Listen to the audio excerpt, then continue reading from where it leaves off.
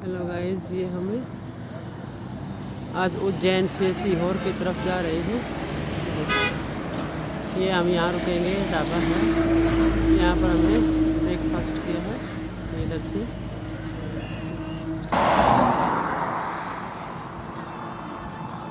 ये भोपाल मार्ग है, उज्जैन से भोपाल मार्ग के ऊपर शुद्ध शाकाहारी विनोद रेस्टोरेंट ढाबा। इसके ऊपर ब्रेकफास्ट लेते हुए उसके बाद हम सीधे सीहोर के लिए जाएंगे।